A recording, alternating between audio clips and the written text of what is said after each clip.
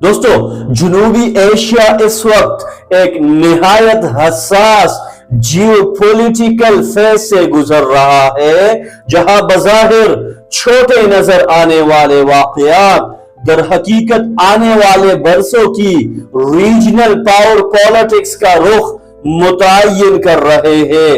دہلی میں بنگلہ دیش کے کونسلر سروسز کی معطلی محض ایک سفارتی اقدام نہیں، بلکہ یہ اس بڑھتی ہوئی کشیدگی کا اظہار ہے جو بنگلہ دیش اور بھارت کے تعلقات میں واضح طور پر نظر آ رہی ہے۔ عوامی سطح پر غصہ، سیاسی بیانیاں اور اسٹیٹ لیول فیصلے، یہ سب مل کر ایک نئی اسٹریٹجک ری الائنمنٹ کی بنیاد رکھ رہے ہیں۔ بنگلہ دیش اور بھارت کے درمیان کشیدگی اچانک پیدا نہیں ہوئی، اس کے پس منظر میں برسوں پر محیط وہ پالیسیاں شامل ہے جنہیں بنگلہ دیش کے عوام نے انٹرنل افیئرز میں انٹرفیئرنس کے طور پر دیکھا، چاہے وہ سرحدی معاملات ہو، آبی تنازعات ہو یا سیاسی حکومتوں کی بیک ڈور سپورٹ۔ بنگلہ دیشی عوام کے ذہن میں یہ تاثر مضبوط ہوتا چلا گیا کہ ان کی ساورنٹی متاثر ہو رہی ہے۔ حالیہ واقعات میں عوامی احتجاج، سوشل میڈیا پر شدید رد عمل اور سیاسی جماعتوں کے بیانات نے اس غصے کو مزید نمایاں کر دیا ہے۔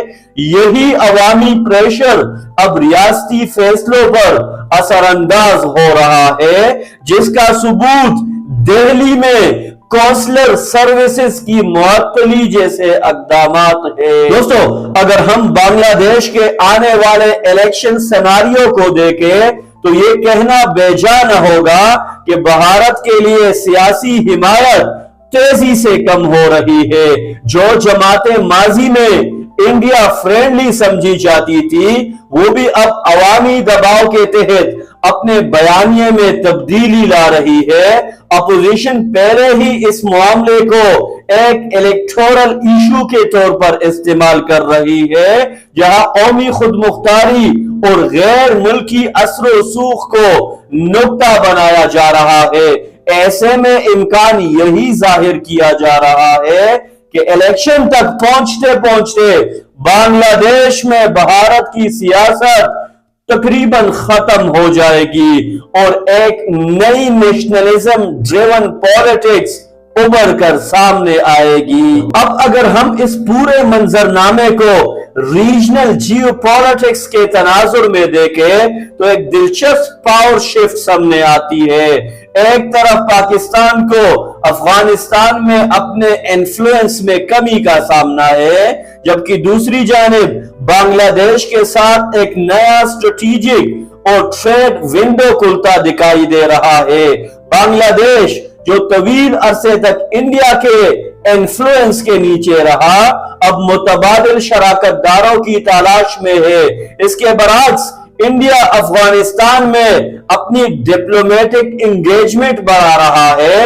یہ ایک واضح ریجنل ری بیلنسنگ ہے، جہاں اتحادی بدل رہے ہیں اور مفادات نئی شکل اختیار کر رہے ہیں۔